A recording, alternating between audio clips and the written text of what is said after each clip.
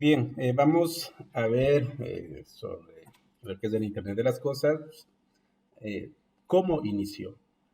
Una de los primeros dispositivos que fueron conectados en el Internet fue una máquina de Coca-Cola.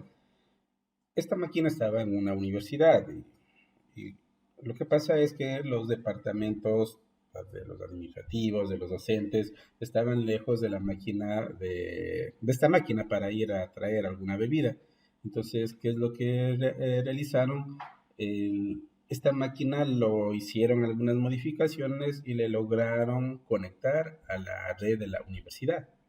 Entonces, una vez conectada esta máquina en la red de la universidad, entonces se podían ingresar a la máquina y podían ver la temperatura de la máquina.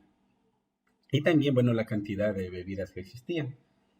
En 1991, en un paper aparece el término ya IoT, Internet de las Cosas, pero en 1994 ya de manera oficial se utiliza ya este concepto, ¿no?, del Internet de las Cosas, esto en la IEEE. En 1993 nace lo que es la tecnología Device to Device, sin estación central. En 1999 también aparece la tecnología que es el RFID, el tagueo de los elementos. Esto es utilizaban, ¿no?, antes en los aviones para mediante las ondas hacían un reconocimiento del dispositivo, se realizaba el reconocimiento de los dispositivos. En el 2002 aparece ya un artículo en una conferencia de la Universidad de Helsinki. Según estudios de Cisco, eh, decimos que por cada persona existen 5 a 10 dispositivos, es decir, que existen más dispositivos conectados al Internet que las personas. El- Existen varios tipos de aplicaciones en las que nosotros podemos utilizar esta tecnología. Esto es, por ejemplo, un tipo consumidor, es decir, que las personas que usan el IoT en su vida diaria, esto puede ser en una casa o puede ser en una oficina. Para los hogares y las oficinas, por ejemplo, tenemos el Google Home, que esto lo que nos permite es automatizar o conectar nuestros dispositivos de nuestro hogar al Internet. Por ejemplo, si yo deseo prender la luz mediante Google Home, ¿qué hago? Simplemente lo integro mediante este dispositivo. También tenemos los dispositivos wearables. Estos dispositivos wearables son por lo general utilizados para lo referente para la medicina, pero aquí aparece otro término también que es el IoMT, que es el Internet de las Cosas, pero específicamente para la medicina. Tenemos también dentro de los wearables, tenemos los relojes inteligentes, el control de voz, monitoreos de adultos mayores. También ya los smartphones también están dentro de este grupo de wearables. En lo que se refiere al tipo comercial, tenemos los sectores comerciales que usa IoT en sus soluciones. Por ejemplo, tenemos para el cuidado médico. Aquí nosotros tenemos este robot que es el robot de Leonardo da Vinci, que este robot es manipulado, es decir, nosotros podemos realizar una operación mediante telemedicina. También tenemos lo que es para todo lo referente para el transporte. Tenemos parqueo inteligente, generación de rutas y alertas tempranas, respuestas rápidas a la demanda del sistema público. También en lo que se refiere a la construcción, a la automatización de hogares, es decir, edificios inteligentes, control del consumo energético, control de agua, cantidad de personas. eh, Tenemos su uso también lo que es en referencia al tipo industrial. Aquí tenemos soluciones de impacto, por ejemplo, esto es utilizado para grandes cantidades de datos. Tenemos aquí, por ejemplo, el equipamiento específico para el armado o ensamblaje de automóviles. El, Estos tipos de dispositivos utilizan un sistema operativo específico que es el ROS. Entonces, este sistema operativo es utilizado específicamente para el ensamblado de automóviles o ensamblado también de robots. En cuanto se refiere a la agricultura, mediante el análisis de los datos podemos hacer predicción de cosechas, podemos también realizar prevención en daños o plagas y también la precisión en programas de fertilización. En cuanto se refiere al tipo de infraestructura, tenemos soluciones en operaciones directamente involucradas, por ejemplo, con humanos. Aquí, por ejemplo, hablamos de las ciudades inteligentes, es decir, tenemos una planeación y mejora del tráfico, tenemos para lo que se refiere a la mejora de la disponibilidad de recursos y la mejora en la calidad del aire.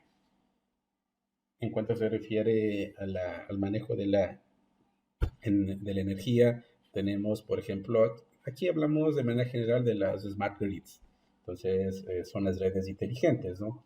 El, en cuanto se refiere al monitoreo ambiental, bueno, es uno de los en donde más aplicaciones y se ha podido establecer en lo que se refiere al medio ambiente.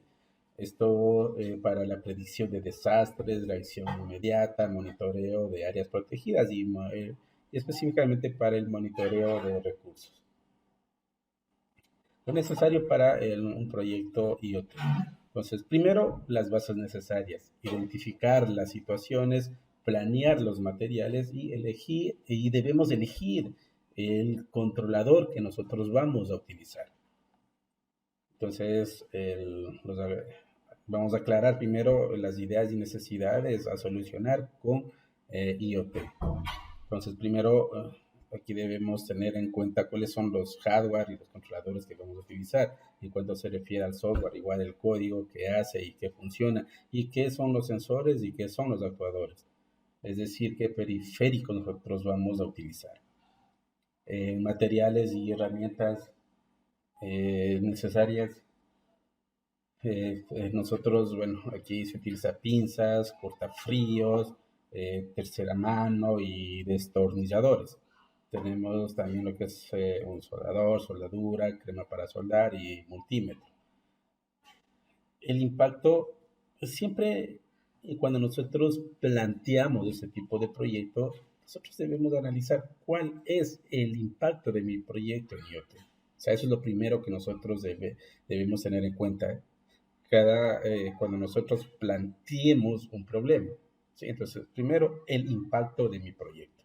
Es decir, si tu proyecto está aportando a hacer algo más inteligente, eso puede ser el hogar, puede ser la oficina o puede ser la ciudad.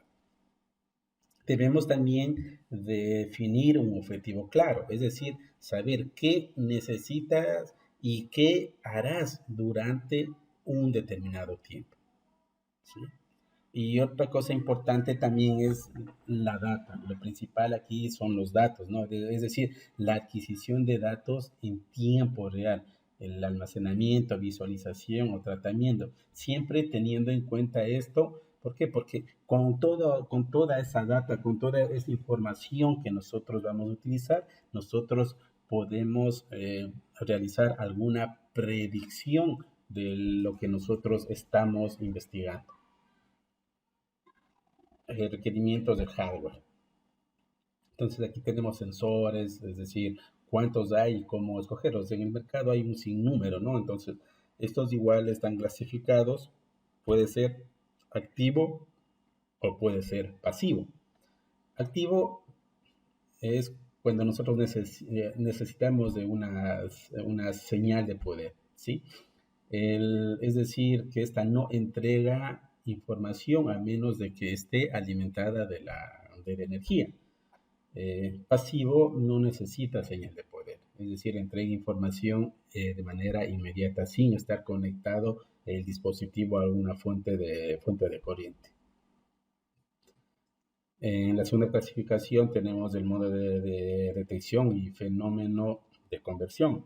Aquí tenemos, por ejemplo, la que es la detección eléctrica, detección biológica, detección química, detección radioactiva y bueno, algunas clasificaciones. Tenemos también, al igual que tenemos la detección, tenemos la conversión. Entonces tenemos la conversión fotoeléctrica, la conversión termoeléctrica, la conversión electroquímica, la conversión termoóptica. Y por último tenemos la clasificación 3, que puede ser los dispositivos analógico o digital. Analógico es una salida continua, ¿no? Relacionada directamente con la variable física que se esté leyendo. La digital es una salida discreta, sirve para conversiones inmediatas o transmisión sin procesamiento. Entonces aquí tenemos un sinnúmero de dispositivos de los que hemos hablado. En cuanto se refiere a la conexión física de los sensores, nosotros debemos tener en cuenta el voltaje. Siempre de cualquier sensor o cualquier dispositivo que nosotros utilicemos, debemos tener en cuenta estos aspectos. El VDD, que es el voltaje, el GND, y la entrada y el output, y el output de los datos. El datasheet viene a ser nuestro mejor amigo, es decir, con el datasheet yo puedo ver específicamente toda esta información. Tenemos también actuadores, cómo funcionan y cómo escogerlos. Entonces, dentro de la clasificación tenemos, por ejemplo, la alimentación. Esto tenemos la corriente alterna, que es el comportamiento alterno, es decir, la forma sinusoidal como cambio de amplitud. Y tenemos también la corriente directa, ¿sí? Es decir, el comportamiento continuo con el valor configurado. De acuerdo a la clasificación, esto va a ser de acuerdo al tipo, es decir, pueden ser inductivos, reactivos, sonido, luz. Inductivos pueden ser solenoides, electromagnetismo, rotativos, por ejemplo, motores en general con acoplamientos mecánicos, y sonido y luz, generadores de sonido, ruido y luz. Aquí, por ejemplo, sería una puerta eléctrica. Sí, en una puerta eléctrica nosotros combinamos todos estas clasificaciones de inductivo, rotativo, sonido y luz. ¿Cómo escogerlos? ¿No? Siempre, para escogerlos, nosotros siempre conjugamos el verbo ejecutar, es decir, ¿qué es lo que yo voy a ejecutar? Entonces, por ejemplo, quiero realizar giros, quiero mirar, sonar, o quiero alguna alarma, cerrar, abrir, mover, encender, etcétera. ¿Sí? O sea, siempre debemos tener en cuenta esto, el verbo ejecutar. El voltaje y corriente necesario para su funcionamiento de un actuador. Siempre debemos tener en cuenta el datasheet, ¿sí? ¿Por qué? Porque si nosotros no leemos el datasheet, nosotros podemos incluso, cuando conectamos al voltaje, podemos causar algún daño al dispositivo. En cuanto se refiere al voltaje, ¿cómo medimos? El voltaje siempre nosotros medimos en paralelo, y la corriente siempre lo medimos en serie, ¿sí? Entonces, estos dos conceptos debemos tener claro, ¿no? El voltaje medimos en paralelo y la corriente lo medimos en serie. Los tipos de controladores y sus características. Entonces, tenemos lo que es el IoT, que es Industrial Internet of Time. Dentro de estos, por ejemplo, tenemos los PLCs. Entonces, estos PLCs son robustos, son programables bueno, ha sido usado para grandes máquinas y procesos. Tenemos también el LTU. Este cuenta con microcontroladores conectados directamente con los PLCs de control. Tenemos el Board Computer. Esto cuenta con memoria, procesador y con puertos de comunicación. Entre las características, por ejemplo, ¿qué debemos preguntarnos sobre un board? Entonces, primero, el procesador y su velocidad, la memoria, cuáles son los puertos de comunicación que poseen y cuáles son los puertos. Entonces, tenemos dentro de los puertos, puede ser un USB, el tipo de video, puede ser un HDMI, cámaras, su almacenamiento.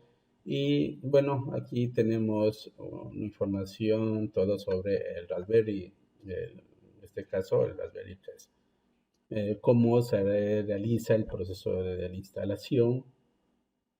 Sí, esto lo podemos instalar en una máquina virtual. Ahora, ¿qué escoger? ¿Un Arduino o un Raspberry Pi? ¿Cuál nosotros debemos escoger? Entonces, siempre debemos tener en cuenta eso, ¿no? Los tipos de comunicaciones básicas entre los dispositivos, alcance y uso, por ejemplo, de las comunicaciones. Dentro de las comunicaciones tenemos el Wi-Fi, tenemos el Bluetooth, tenemos el I2C, tenemos el SPI, ¿sí? Tenemos el USB, Ethernet, y bueno, todos estos tipos de comunicaciones. ¿Cuál va a ser la práctica que nosotros vamos a desarrollar? Vamos a hacer un medidor de calidad del aire, es decir, la temperatura y humedad, pero todo esto lo vamos a integrar con un bot. Entonces, ¿cuál es el contexto de nuestro problema? Eso, nos vamos a censar la calidad del aire de nuestra ciudad.